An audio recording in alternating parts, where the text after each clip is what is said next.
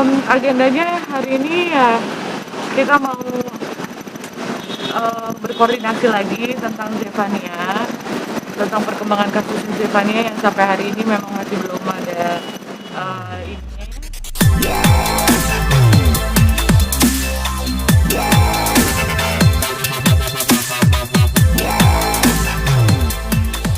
Perkembangannya kasus ini sudah sejauh mana? Ya, jadi intinya tadi kami baru bertemu dengan Pak Kanit menanyakan terkait dengan perkembangan kasus kematian anaknya Mbak Karen.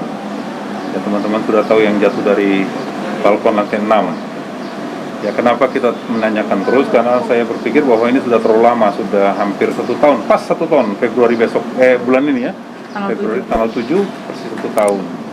Ya, kita tetap menghargai, menghormati kepolisian karena biar bagaimana pihak kepolisian banyak membantu kami dalam terus mengungkap perkara ini. Jadi tadi informasi yang kami dapatkan, kemudian kemungkinan dalam waktu dekat akan segera digelar perkara untuk melihat apakah kasus ini layak untuk dinaikkan kasusnya sebagai tersangka. Ya, jadi saya tetap menunggu putusan dari pihak kepolisian, ya, karena kita tahu bahwa ini kan kasus-kasus temuan. Jadi artinya bukan Mbak Karen sebagai ibunya yang melapor, tapi temuan dari polisi. Jadi kewenangan polisi untuk menindaklanjuti perkara ini.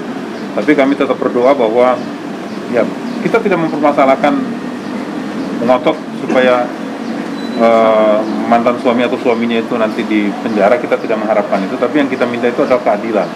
Karena biar bagaimanapun juga ini sudah ada nyawa yang hilang, ya, dan meninggalnya itu pun menurut klien kami itu tidak wajar, ya.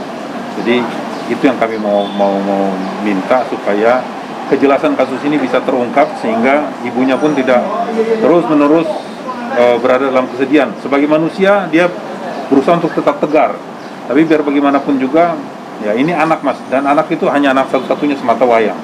Jadi Mbak, Mas bisa bayangkan lah kalau punya anak kemudian meninggal, kita tidak tahu proses meninggalnya bagaimana, itu jadi lucu. Sedangkan Sriwijaya Air aja yang jatuh ke laut saja masih terus bisa diinvestigasi sehingga nanti ketahuan bagaimana penyebabnya. Ya, masa ini jelas-jelas sudah hilang nyawa, masa tidak bisa diungkap. Mungkin seperti itu kira-kira.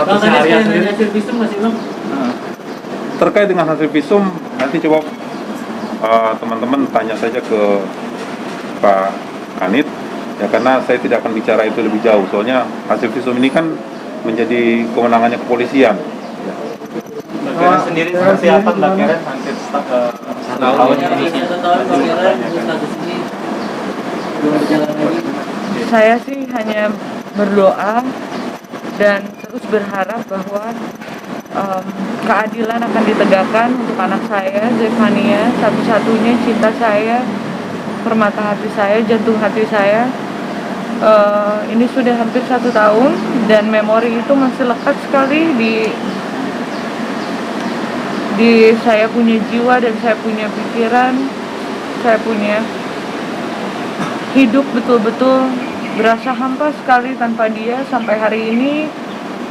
Mengikhlaskan ya, tapi proses kehilangan itu memang sangat tidak mudah sekali untuk saya. Kalau bisa dilihat juga mata saya masih bengkak sekarang karena tadi malam juga saya masih menangis luar biasa terus menerus gitu karena rindu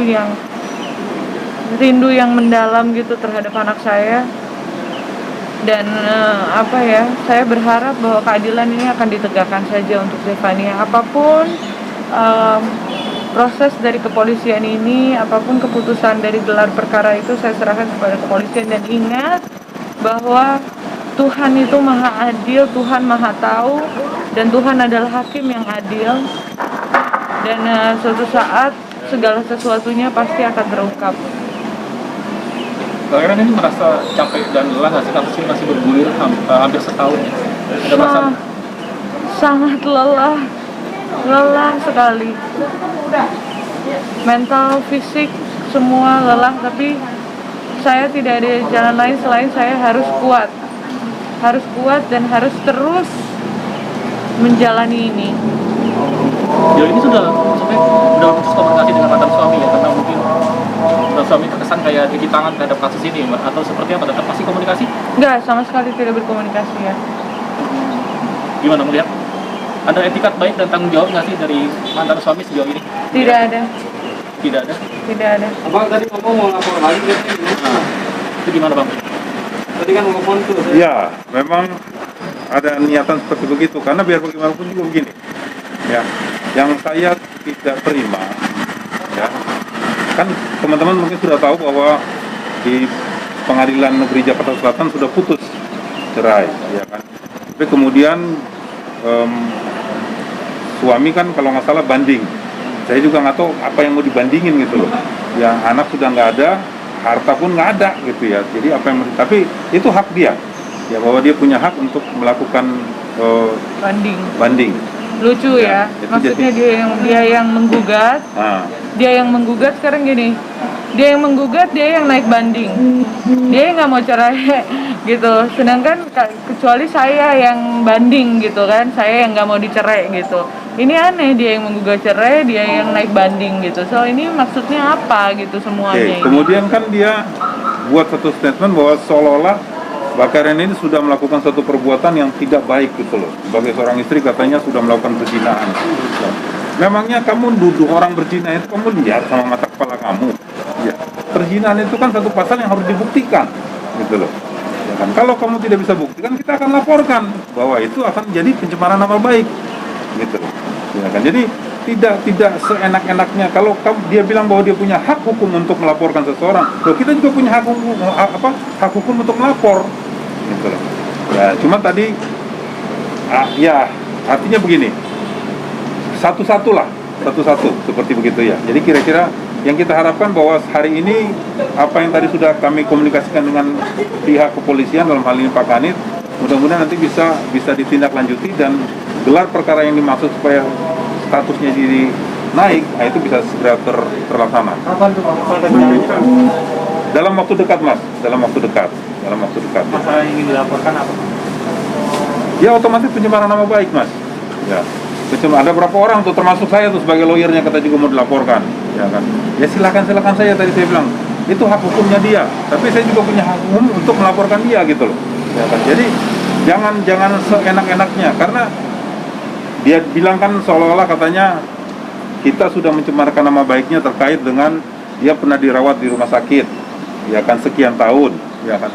Loh, dari mana saya tahu, dari mana Mbak Karen tahu sebagai istrinya kalau bukan dari dia? Ya kan dulu masih cinta-cinta, masih sayang-sayangan, dia cerita semua keburukan dia. Masa iya istrinya mau ngarang-ngarang cerita?